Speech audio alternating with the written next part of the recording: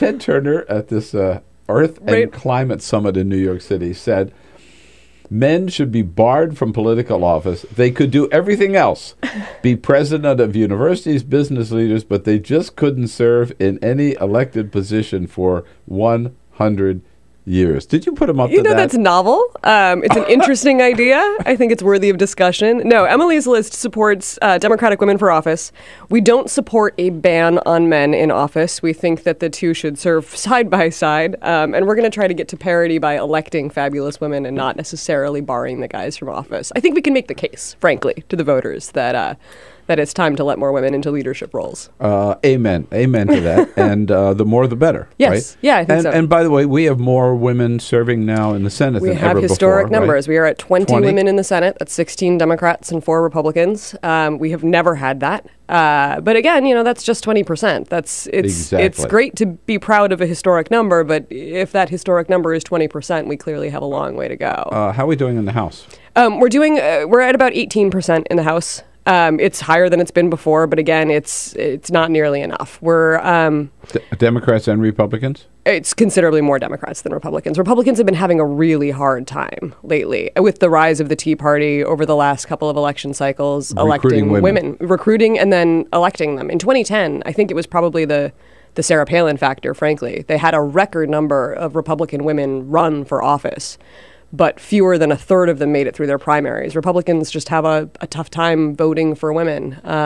Well, they have a tough time voting for women. And also, why is it, when you think of Republican women, Sarah Palin, Michelle Bachmann, right, Marsha Blackburn, Christine O'Donnell, blanking on her name in Nevada, who ran against Harry Reid. But I mean... Sharon Engel, right. Sharon Engel. I mean, wackos. Well, that was what happened in 2010. The women who made it, that third of women, less than a third of women who made it through their Republican primaries were so far to the right, Christine O'Donnell, Sharon Engel, that they weren't going to win. And I think you saw at the same time Olympia Snow and Kay Bailey Hutchison, these Republican women who had been the more moderate voices of their party, just don't have room in that space anymore, and they had to step down. They had no interest in serving in today's Republican Senate.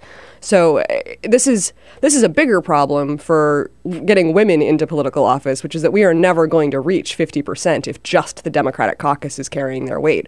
We're pretty close to, we're getting to 50. Well, we will be at 50% within the Democratic caucus within, a few election cycles. Emily's List is working really hard to make sure that happens, but that'll still mean we're at, 25 to 35% total, depending on how well the Democrats did that year. And that's not fair for having parity of women in office. If you look at a primary, where an open primary, let's say, where there are any number of candidates, but only one woman running, would you always pick the woman over any man? In a Democratic primary, if I knew nothing else about the voters, if I knew nothing else about the candidates, yes, I probably would. I think it is. Isn't it possible that one of the men might be a better candidate or better even on the issues? Absolutely. Absolutely it is. I think that it is time that we put a real premium on actually having women in those leadership positions. So it's not just about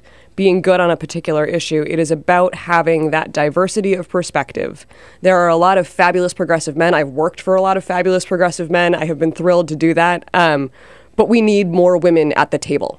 Plain and simple. We need more women who have taken care of families, kids and parents, who have fought their way to, equality in the workplace, who have gone through schooling as a woman, who have, been a part of society as a woman. That brings you with a different perspective. And I think that it's mission critical for our government to do its job that we have that perspective represented.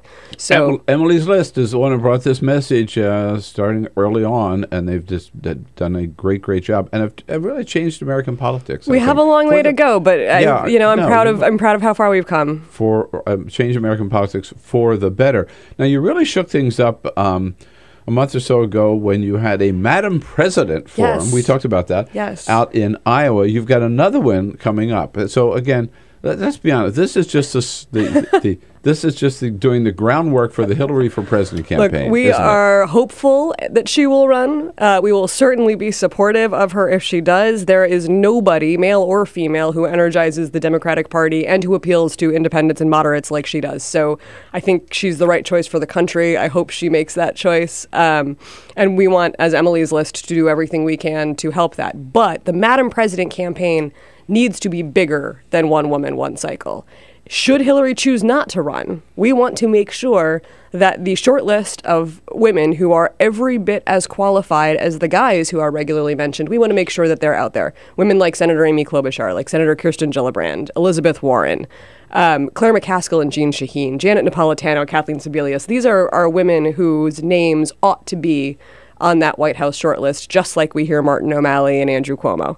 And then should Hillary decide to run, we want to make sure that there's an opportunity for her successor to also be a woman. We need to make sure that women are part of the presidential conversation going forward. They're always polled, they're always talked about, they're always speculated on. You know, every time Amy Klobuchar goes to Iowa, I want to hear about it. Mm-hmm. And by the way, you know who else should be on that list, but sadly she is not, is Jennifer Granholm, because she was born in Canada. Absolutely. Well, so was Ted Cruz, but, you know. I know. But she didn't have an American mother. It's just freaking stupid that Jennifer Granholm is not It's sad. It's sad. But she is joining us in Manchester, New Hampshire this Friday at our Madam President Town Hall. So the next Madam President Town Hall is in New Hampshire this Friday, 2 days from now. I will find out more about that from Jess McIntosh here.